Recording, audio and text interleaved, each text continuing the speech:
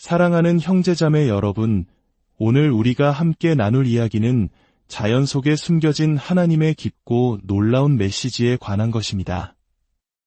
이 이야기가 여러분의 마음에 깊은 울림을 주고 믿음의 여정에 새로운 빛을 더하기를 소망합니다. 본격적인 이야기에 앞서 이 귀한 말씀이 더 많은 이들에게 전해질 수 있도록 구독과 좋아요를 통해 주님의 은혜를 나누는 일에 동참해 주시기를 부탁드립니다.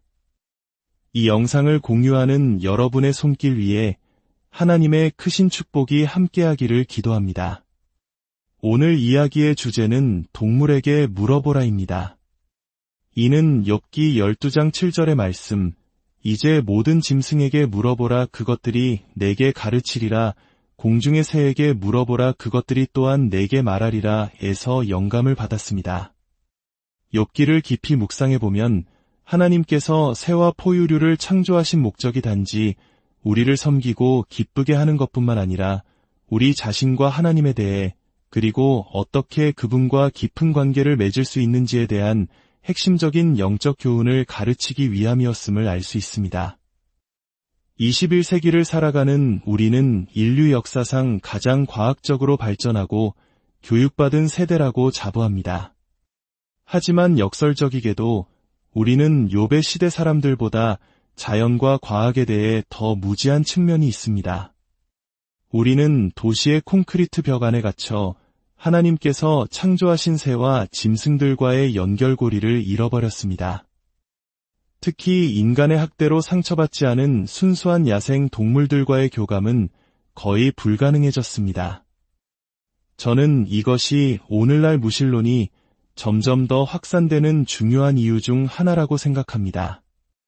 사람들은 하나님께서 들판의 짐승과 공중의 새를 통해 우리에게 가르치고자 하셨던 그 소중한 교훈들로부터 단절되어 버린 것입니다. 성경은 생명의 기원에 대해 세 가지 다른 종류를 이야기합니다. 현대 과학계의 생명기원 컨퍼런스에 가보면 그들은 오직 박테리아와 같은 최초의 물리적 생명체의 기원에만 집중합니다. 하지만 성경은 더 넓은 그림을 보여줍니다. 첫째, 박테리아처럼 순수하게 물리적인 생명이 있습니다. 그리고 창조 5째 날에 등장하는 생명은 단지 물리적인 존재를 넘어 히브리어로 네페시라 불리는 혼을 가진 존재입니다. 이 혼은 물리적인 요소가 아닙니다.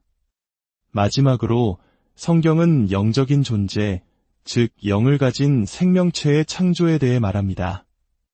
따라서 우리는 육체만 있는 생명, 육체와 혼을 가진 생명, 그리고 육체와 혼과 영을 모두 가진 유일한 종, 바로 인간, 이렇게 세 종류의 생명을 보게 됩니다. 오늘 우리는 바로 이 네페시, 즉 혼을 가진 동물에 초점을 맞추고자 합니다. 성경에서 말하는 네페시는 하나님께서 지성, 의지, 그리고 감정을 부여하신 동물들을 의미합니다. 그들은 자유의지에 따른 행동이 가능한 마음을 가지고 있으며 같은 종의 다른 개체들과 관계를 맺는 관계적 능력을 지니고 있습니다. 특히 자신의 새끼를 돌보려는 강한 양육의 동기가 있으며 더 높은 존재, 즉 우리 인간을 섬기고 기쁘게 하려는 열망과 능력을 가지고 창조되었습니다. 바로 여기에 중요한 교훈이 있습니다. 이 동물들이 더 높은 종인 인간을 섬기고 기쁘게 하도록 설계된 것처럼 우리 인간 또한 더 높으신 분, 바로 우리의 창조주 하나님을 섬기고 기쁘게 하도록 설계되었다는 사실입니다. 그들이 우리와 관계를 맺도록 창조된 것처럼 우리 역시 하나님과 관계를 맺도록 창조되었습니다. 물론 찰스 다윈은 이러한 생각의 정면으로 반박했습니다. 그는 그에 져서 인간의 유래에서 인간과 다른 동물의 정신적 차이는 종류의 차이가 아니라 단순히 정도의 차이일 뿐이라고 주장했습니다. 즉, 우리가 동물보다 조금 더 똑똑할 뿐 우리의 마음이나 뇌가 본질적으로 특별한 것은 없다는 이야기였습니다. 그는 신체 구조가 우리와 가장 비슷한 침팬지가 정신적으로도 우리와 가장 유사할 것이라고 예측했습니다. 하지만 최근의 과학적 발견들은 다윈의 예측이 빗나갔음을 명확히 보여주고 있습니다. 한 연구 논문에 따르면 까마귀는 지적 능력 면에서 침팬지를 훨씬 능가합니다. 침팬지는 단단한 견과류를 깨기 위해 돌을 도구로 사용하지만 그것은 단순히 돌을 찾아 내려치는 수준에 머뭅니다. 그러나 까마귀는 하나의 도구를 사용하여 전혀 다른 두 번째 도구를 만들고 그 두 번째 도구를 이용해 먹이를 얻는 복잡한 문제 해결 능력을 보여줍니다. 이는 어떤 인간의 훈련도 없이 스스로 해내는 일입니다. 제 아버님께서 어릴 적에 까마귀를 애완동물로 키우신 적이 있습니다. 아버지는 새장문에 자물쇠를 채워두셨는데 까마귀가 새장 안에 작은 철사를 이용해 그 자물쇠를 여는 것을 목격하셨습니다. 흥미로운 점은 까마귀는 아버지가 지켜볼 때만 자물쇠를 열었다는 것입니다. 아무도 보지 않을 때는 그저 새장 안에 머물렀습니다. 까마귀는 자신을 사랑해주는 주인과의 교감을 즐기고 그를 기쁘게 하기 위해 자신의 능력을 사용했던 것입니다. 아버지는 더 어려운 자물쇠로 바꿔보았지만 까마귀는 번번이 그 도전을 즐기며 자물쇠를 열었습니다. 이것은 야생의 까마귀는 할 수 없는 일입니다. 네페시 동물들은 자신들을 사랑해주는 인간과 강한 정서적 유대를 맺을 때 그들의 지적 잠재력이 폭발적으로 증가합니다. 여기 우리를 위한 또 하나의 교훈이 있습니다. 우리 역시 더 높으신 분, 우리의 창조주 하나님과 깊이 연결될 때 우리의 잠재력은 상상할 수 없는 방식으로 발현된다는 것입니다. 몇 년 전 과학계에 발표된 한 논문의 제목은 매우 도발적이었습니다. 바로 다윈의 실수였습니다. 부제는 인간과 비인간 정신 사이의 불연 속성 설명이었죠. 이 연구는 우리 인간에게는 상징적 소통에 대한 타고난 능력이 있지만 다른 어떤 동물도 이 능력을 갖추지 못했음을 발견했습니다. 예를 들어 아무리 동물을 훈련시켜도 초등학교 1학년 학생들이 읽는 동화책의 첫 페이지조차 이해하지 못합니다. 정지 표지판과 같은 상징의 의미를 파악하고 그에 맞춰 행동할 수 없습니다. 하지만 생후 18개월 된 아기조차도 이러한 상징의 의미를 파악하고 반응할 수 있습니다. 이것이 바로 인간의 예외성을 보여주는 새로운 과학적 증거입니다. 우리는 오랫동안 우리가 하는 모든 일이 동물의 세계에서도 정도의 차이만 있을 뿐 나타난다고 배워왔습니다. 하지만 이제 과학은 그것이 사실이 아님을 인정하고 있습니다. 우리는 동물들이 아무리 훈련받아도 결코 할 수 없는 일들을 해냅니다. 바로 이 상징적 능력 덕분에 우리는 추상적이고 철학적인 사고를 할 수 있으며 우리 안에 있는 영의 활동을 통해 우주 너머에는 무엇이 있는지, 나는 왜 여기에 있는지, 하나님은 존재하는지와 같은 질문을 던질 수 있습니다. 어떤 동물도 철학적인 사유에 참여하지 않습니다. 동시에 과학자들은 새와 포유류 역시 다른 모든 생명체와 비교했을 때 매우 예외적인 존재임을 발견했습니다. 과거에는 새와 포유류가 단순히 곤충이나 물고기, 양서류의 연장선상에 있다고 생각했지만 이제 우리는 인간이 특별하듯 이 네펫이 동물들 또한 특별하다는 것을 압니다. 그들은 정서적 유대를 형성하고 말 그대로 희생을 할 수 있는 능력면에서 탁월합니다. 네펫이 동물들은 자신의 새끼를 위해 엄청난 희생을 감수하며 더 나아가 인간을 섬기기 위해서도 기꺼이 희생합니다. 이러한 예외성을 보여주는 놀라운 사례로 앵무새와 코카투에 대한 연구가 있습니다. 아마 스노우볼이라는 이름의 코카투에 대해 들어보셨을 겁니다. 인터넷에 검색하면 이 특별한 새가 무엇을 할 수 있는지 보여주는 수십 개의 영상을 찾아볼 수 있습니다. 스노우볼은 원래 한 10대 소녀와 깊은 유대를 맺고 있었습니다. 소녀가 대학에 가면서 스노우볼을 데려갈 수 없게 되자 가족은 새를 조류 보호소에 맡겼습니다. 그때 소녀의 CD 컬렉션도 함께 전달하며 이 새가 이 음악을 정말 좋아해요 라고 말했습니다. 그 중에서도 특히 한 보이그룹의 노래를 좋아한다고 했습니다. 잠시 그 영상을 보시죠. 스노우볼은 음악에 맞춰 현란한 춤을 춥니다. 발을 높이 들고 머리를 흔들며 온몸으로 리듬을 탑니다.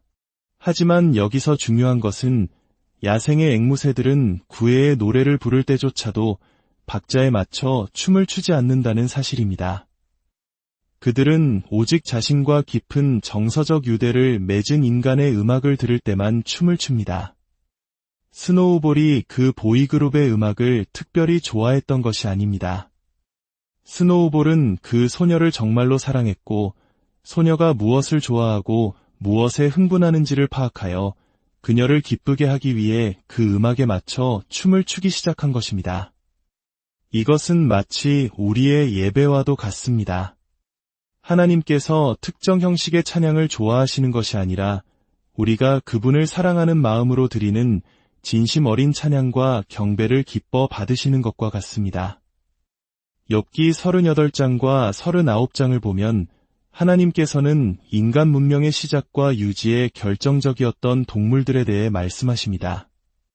하나님께서는 욥의 친구들을 꾸짖으시며 이렇게 말씀하시는 듯합니다. 너희가 이 모든 것을 스스로의 힘으로 이루었다고 생각하느냐?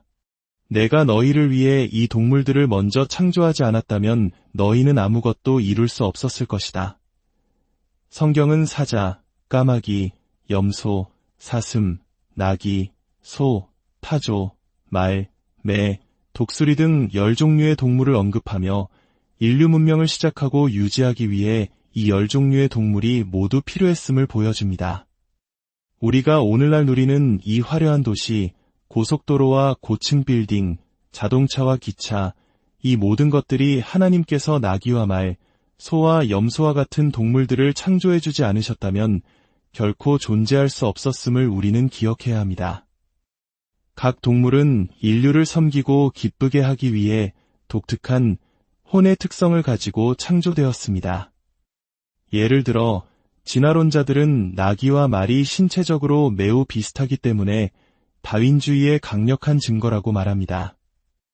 하지만 그들은 오직 육체적인 특징만 보고 있습니다. 그들의 혼의 특징, 즉 그들이 인간을 섬기도록 설계된 방식이 얼마나 근본적으로 다른지는 보지 못하는 것입니다. 욥기 39장을 보면 나귀에 대한 흥미로운 묘사가 나옵니다.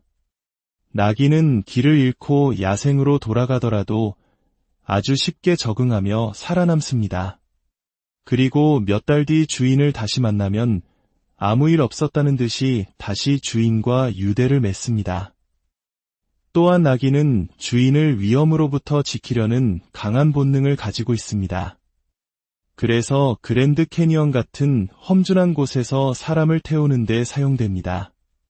하지만 바로 그 이유 때문에 나귀는 전쟁터에서 사용된 적이 없습니다. 화살이 날아오는 것을 보면 즉시 반대 방향으로 도망칠 것이기 때문입니다. 반면에 말은 전혀 다릅니다. 말은 위험을 피하려 하지 않습니다. 오히려 욥기 39장은 말이 위험을 사랑하고 전투의 나팔 소리를 들으면 흥분하여 주인을 태우고 용감하게 전장으로 돌진한다고 묘사합니다. 그리고 일단 전투에 뛰어들면 자신의 목숨을 바쳐 주인을 보호하기 위해 모든 것을 다합니다. 말은 인간에게 완벽한 교통수단이었습니다. 너무 낮지도 너무 높지도 않은 완벽한 크기와 힘으로 수천 년간 인류 문명의 발이 되어주었습니다. 나귀와 말은 겉모습은 비슷할지 몰라도 그들의 영혼은 전혀 다른 목적을 위해 섬세하게 설계된 것입니다. 이는 우연한 진화가 아닌 지적인 설계자의 증거입니다. 욥기의 첫 구절로 돌아가 봅시다. 짐승에게 물어보라. 20세기 초 자신을 불가지론자나 무신론자라고 밝히는 사람의 비율은 전 세계 인구의 1%도 채되지 않았습니다. 오늘날 그 수치는 약 15%에 달하며 빠르게 증가하고 있습니다. 이 무신론과 불가지론의 증가는 도시화의 증가와 정비례합니다. 오늘날 세계 인구의 60%가 대도시에 살고 있습니다. 우리 한국인들은 60년대, 70년대의 힘든 시기를 거쳐 눈부신 경제성장을 이루는 동안 도시의 밝은 불빛 속에서 밤하늘의 은하수를 잊고 살지는 않았을까요? 한 과학 저널에 따르면 인류 역사상 처음으로 세계 인구의 절반 이상이 은하수를 본 적이 없다고 합니다. 거대한 도시의 불빛 공해 속에서 하늘이 하나님의 영광을 선포하는 그 장엄한 광경을 잃어버린 것입니다. 상하이의 맑은 밤에는 별 하나 보이지 않는다고 합니다. 자연과의 단절이 심해질수록 하나님과의 단절도 깊어지는 것입니다. 이 네페시 동물들이 우리에게 주는 영적 교훈을 다시 한번 정리해 보겠습니다. 첫째, 그들은 더 높은 존재를 섬기고 기쁘게 하고 유대를 맺도록 창조되었습니다. 우리 또한 마찬가지입니다. 둘째, 그들의 잠재력은 더 높은 존재와 유대감을 맺을 때 완전히 발현됩니다. 우리의 잠재력 또한 창조주와 연결될 때 온전히 꽃필 수 있습니다. 어떤 사람들은 반문할지 모릅니다. 야생 동물들은 우리를 보면 도망가기 바쁜데요. 그것은 인간의 죄와 학대 때문입니다. 인간에게 상처받은 경험 때문에 우리를 두려워하는 것입니다.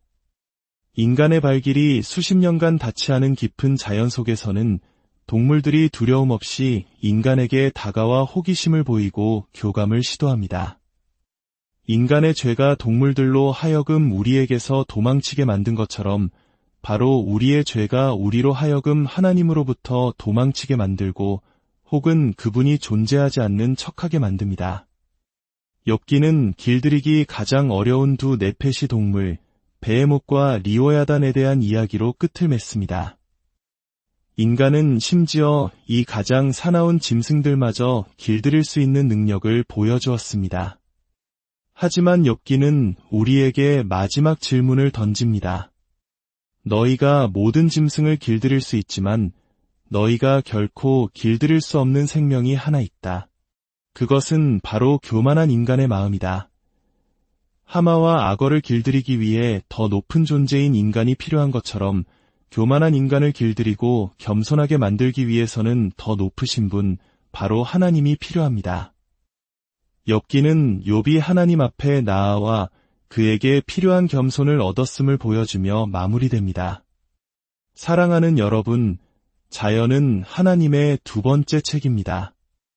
오늘부터 여러분 주변의 작은 생명들을 새로운 눈으로 바라보십시오. 그들을 통해 말씀하시는 하나님의 세미한 음성에 귀 기울여 보십시오. 짐승에게 물어보십시오. 공중의 새에게 물어보십시오. 그들은 우리에게 창조주의 놀라운 지혜와 사랑, 그리고 우리를 향한 그분의 계획을 끊임없이 이야기해주고 있습니다.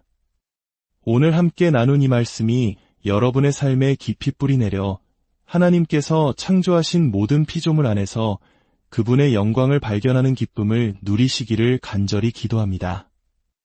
여러분의 삶과 가정 위에 하나님의 평강과 은혜가 늘